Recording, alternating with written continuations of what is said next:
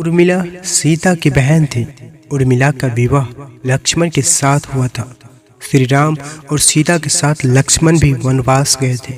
इस वजह से उर्मिला को पति के बिना 14 वर्षों तक एक सन्यासी की तरह रहना पड़ा। इसी त्याग की वजह से उर्मिला को पूजनीय माना गया है। रामायण में रावण ने माता सीता का हरण किया था।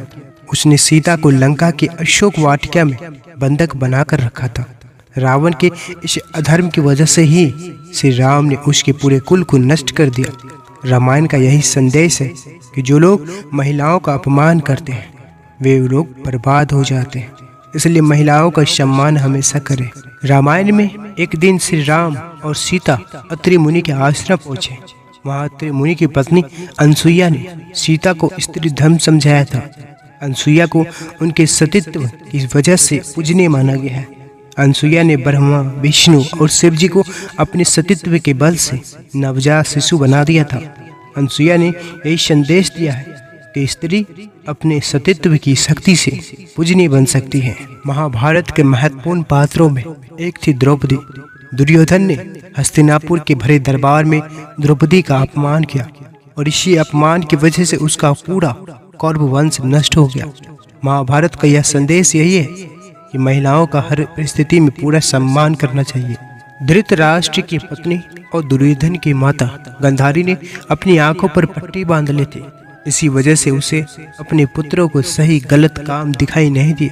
गांधारी का प्रतीकात्मक संदेश यह है कि जो माता पुत्र मोह में आंखों पर पट्टी बांध लेती है और अपने बच्चे को गलत कामों के नजरअंदाज करती है, बच्चों को सही संस्कार नहीं देती है, उसकी संतान का जीवन बर्बाद हो जाता है। महाभारत में महाराज पांडु की मृत्यु के बाद कुंती ने अभाव में रहते हुए भी 5 पांडव पुत्रों को अच्छे संस्कार दिए, धर्म अधर्म का ज्ञान दिया। कुंती के संस्कारों की वजह से ही सभी पांडवों हमेशा धर्म के मार्ग पर चले, श्री कृष्ण की कृपा प्राप्त की। जो लोग धर्म के अनुसार काम करते हैं उन्हें ईश्वर की कृपा जरूर मिलती है। मंदोदरी रावण की पत्नी थी। मंदोदरी हमेशा अपने पति की भलाई चाहती थी। सीता हरण के बाद मंदोदरी ने रावण को समझाने की बहुत कोशिश की। उसने कई बार रावण से कहा कि वह सीता को लौटा दे, लेकिन अहंकार की वजह से रावण ने यह बात नहीं मानी और उसका अंत हो गया। मंदोदरी और रावण के जीवन से सीख लेनी चाहिए कि जीवन साथी की सही सलाह तुरंत मान लेनी चाहिए, वरना सब कुछ खत्म हो सकता है। एक नगर में एक साहूकार अपनी पत्नी के साथ रहता था, लेकिन वह निसंतान थे। वह दोनों भगवान शंकर की पूजा किया करते थे। एक दिन पार्वती जी कहने लगी, ये आपकी इतनी पूजा करते हैं, फिर भी आप इसकी इच्छा पूरी क्यों नहीं करते? शंकर जी कहते हैं, उन्हें संतान सुख नहीं है, इसलिए ये इतनी पूजा करते हैं। पार्वती जी बोली, क्या आप इन्हें पुत्र क्यों नहीं दे रहे? शंकर जी कहा कि इनके भाग में पुत्र का सुख नहीं है, लेकिन पार्वती जी नहीं मानी और वह जिद करने लगे। शंकर भगवान बोले, ठीक है, इन्हें पुत्र की प्राप्ति हो जाएगी, लेकिन वह केवल 12 वर्षों तक ही जीवित रहेगा। साहूकार शंकर पार्वती जी की बात सुनकर राजा था। कुछ समय बाद साहूकारनी ने पुत्र को जन्म दिया, लेकिन साहूकारों को कोई खुशी नहीं हुई, पर पूरी परिवारों में इसका जश्न मनाया गया। उनका बेटा बड़ा हुआ तो साहूकारनी कहने लगे, मैं अपने बेटे के ब्याह रचाऊंगी। साहूकारों ने उसे बहुत मना किया, लेकिन वह नहीं माने। साहूकारों ने उसे कहा कि हमारे बेटे की आयु केवल 12 वर्ष तक ही है। साहूकारनी कहने लगे, कोई बात नहीं, मैं इसका ब्याह करके अपने मन की तो कर लूं। साहूकार ने बेटे का विवाह कर दिया। घर में बहू आ गई और उन्होंने बहू को सारी बात बता दी कि उनके बेटे की आयु केवल 12 वर्ष की है। बहू ने कहा, कोई बात नहीं, मेरे भाग्य में जो लिखा था वो हुआ, अब हम तीनों मिलकर पूजा किया करेंगे। और उन्होंने हर रोज पूजा आरंभ कर दी। एक दिन ऐसा भी आ गया जब लड़के की आयु पूरी हो गई। यमराज साहूकार के बेटे को लेने आ गए तो साहूकार कहने लगा, मेरा पुत्र अपनी पत्नी के साथ है। यमराज उसकी पत्नी के पास गए तो वह बोली, अभी तो मेरे पति ने जीवन का कोई सुख देखा ही नहीं और आप उसे लेने आ गए। यमराज बोले, इसकी इतनी ही आयु थी जो यह भोग चुका। पत्नी ने कहा कि हे भगवान, कोई ऐसा उपाय नहीं है जिससे मेरे पति का आयु बढ़ जाए? यमराज बोले, यह क्या होता है?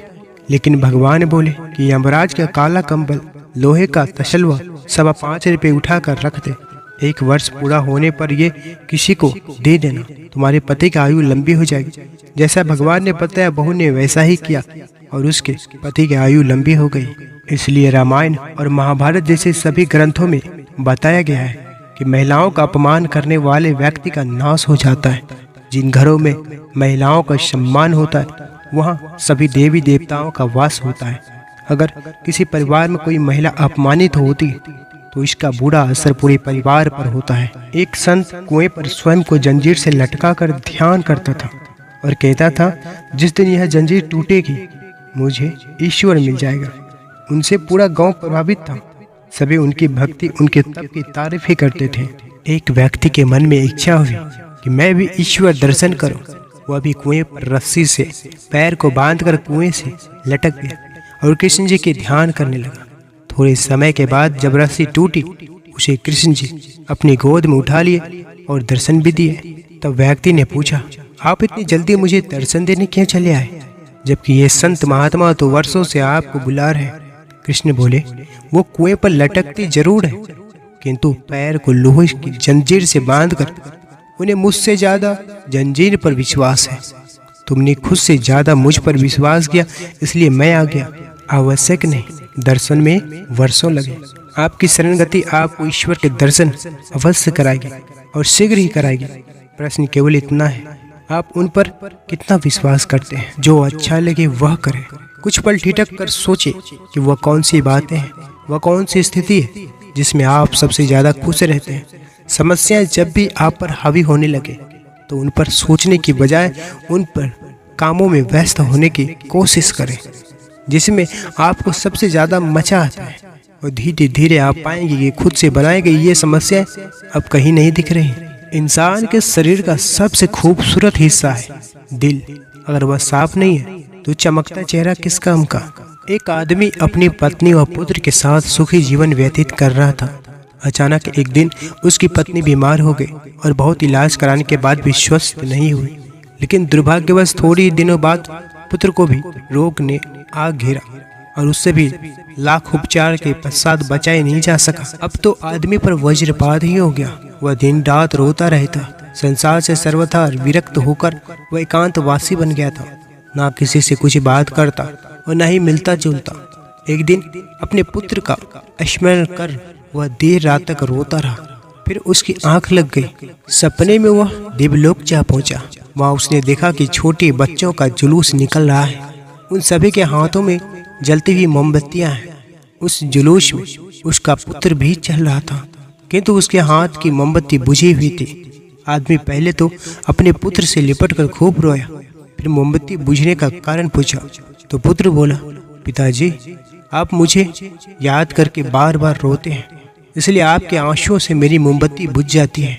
यह सुनते ही आदमी की नींद खुल गई और उस दिन उसने अपने बच्चे के लिए रोना बंद कर दिया। उसकी स्मृति अनाथ बच्चों की मदद करना शुरू कर दिया। सार यह है कि रिश्तों में मोह स्वाभाविक है, किंतु मृत्यु के रूप में उनकी समाप्ति पर शोक में डूबने के स्थान पर उनकी स्मृतियां रचनात्मक कर्म करने चाहिए, ताकि कुछ बेहतर करने के उल्लास से वे अधिक याद आए। भगवत गीता में लिखा है, मन अंधा होता है, इसके पास अपना कोई ज्ञान नहीं होता। मन कुछ नहीं जानता और न ही सही मार्गदर्शन करता है। इसलिए आप अंधे मन की बातें मानकर जरूरी कामों को टालना बंद कीजिए। आप हमेशा अपनी बुद्धि से काम लीजिए, मन से नहीं, क्योंकि अंधा मन आपको हमेशा जरूरी कामों को करने से रोक देता है। जब आप बुद्धि के जरिए जरूरी कामों को करने शुरू कर देंगे तो धीरे धीरे आपका मन आपका मित्र बनता चला जाएगा।